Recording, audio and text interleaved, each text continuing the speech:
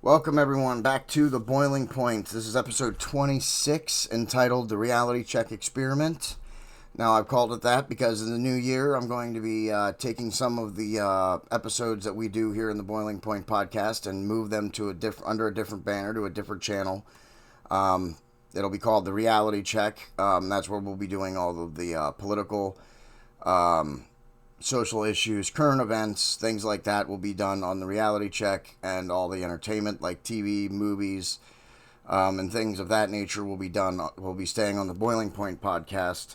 If you have an opinion about that, please leave a comment. I'd love to hear from some of the viewers.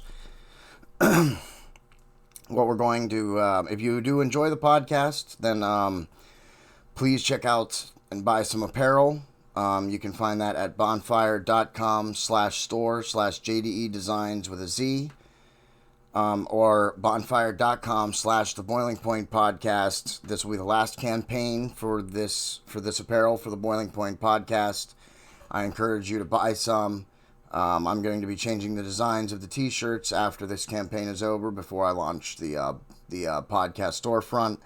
So I encourage you to buy one now, because I will be changing the designs. And also, make sure you check us out. We are on Parler and Rumble. Just search the Boiling Point Podcast. The links are also in the description. Definitely check us out on Rumble, because if you're watching this on YouTube, the whole video will not be available. But on Rumble, you can see the whole video. So, what we're going to talk about now is the certification of the election on this episode, which is going to happen on January 6th. It will be overseen by the Vice President, who is the President of the Senate, Mike Pence. According to the Constitution, he certifies them, and we'll talk about that a little bit later, because that's in dispute about who actually has the power to certify it. Does Congress even have a place to make a challenge? So we're going to be covering all of that later on here. First thing we're going to talk about is there's the disputing, and the senators and congressmen who have to, or are going to, dispute results from certain states, the electoral votes from certain states. There's two different things.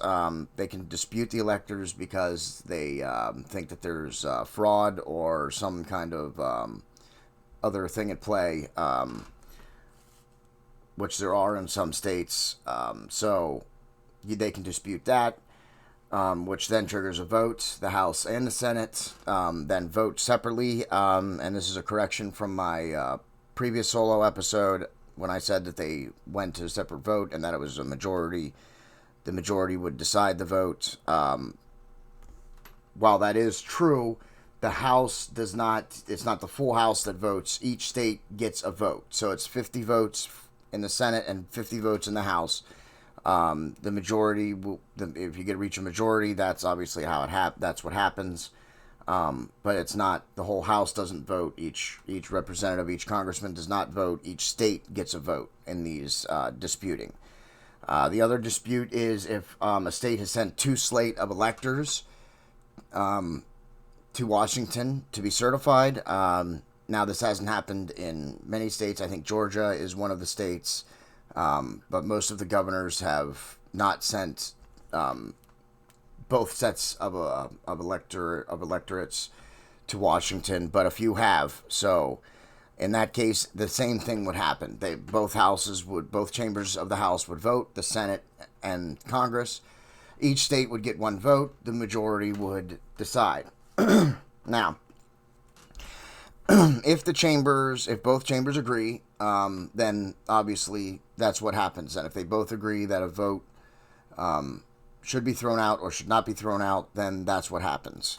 If they disagree, and this is where it's going to get murky, if they disagree, then it goes to the state, the governor's certification. So whatever electorals the governor sent, that's who would then they would accept. And in most cases, even though there are some Republican governors, they have sent the electorates that the supposed vote count has shown. So, like I said, I'm not sure how many states there are I'm pretty sure Georgia is one of them, but I'm thinking there's one other, but I'm not sure. I'll have to check on that. So that's what's going to happen there. If both chambers disagree, then that's where it's going to get murky. If they both agree, now this is from there. Now all of that, everything I just told you, is from 3 USC 15. USC stands for United States Code. And that's all. Everything I just told you is from that. Except for the vice president certifying the votes. That is from the Constitution. But everything else I told you about the objections and them taking a vote to decide the electorates, that is all from 3 USC 15. Now, there are credible lawyers on both sides, Democrats and Republicans, that say 3 USC 15 is unconstitutional. And this is in dispute, so we'll have to see on January 6th exactly what happens here. And they're from both sides, both Republicans and Democrats say that law, which is a law technically, but it's unconstitutional. Now, another argument is,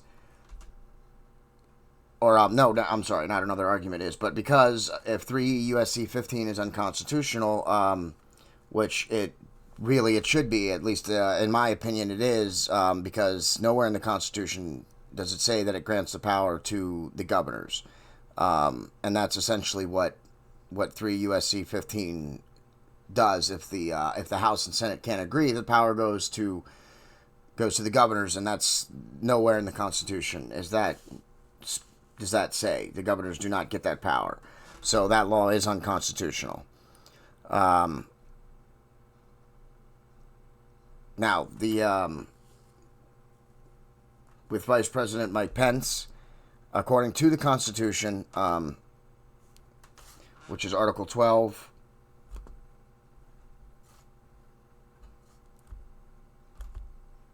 I'm sorry, the 12th Amendment, not Article 12, but the 12th Amendment, it gives him the sole purpose of receiving, opening, and counting the votes for president. Okay, that's directly from the Constitution. So if that's what it says, then that gives the Vice President, Mike Pence, who, another name for him in the Constitution, everything, he's referred to as the President of the Senate. The Vice President is the President of the Senate. That would give him the authority to reject or accept the electoral votes. And everything, from what I understand, and I'm not an electoral scholar. I'm not a constitutional lawyer. I'm not a lawyer at all. I'm just a regular American that's just trying to understand everything that's going on with this election and what the law says and what's supposed to be done. And I'm trying to help inform you because it's important to follow the Constitution, the document that our founding fathers gave to us. This is important. So if Mike Pence is granted the authority to reject or select the electoral votes, then that puts President Trump and the Republicans and everybody who thinks that there's fraud afoot the advantage, because then he can just decide. Because, like I said, 3 USC 15 has been argued by credible lawyers on both sides that it's unconstitutional.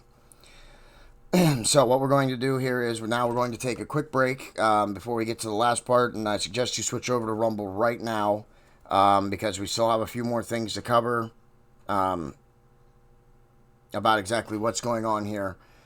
And it's important information that you all need to have before tomorrow. By the time I post this, it'll be January 5th when I post this. So it's important information that everybody needs to know and have so that you can understand what is supposed to happen. Because if we don't stand up as Americans and demand that the Constitution be followed, then they'll just take more and more from us. And that's not what we need.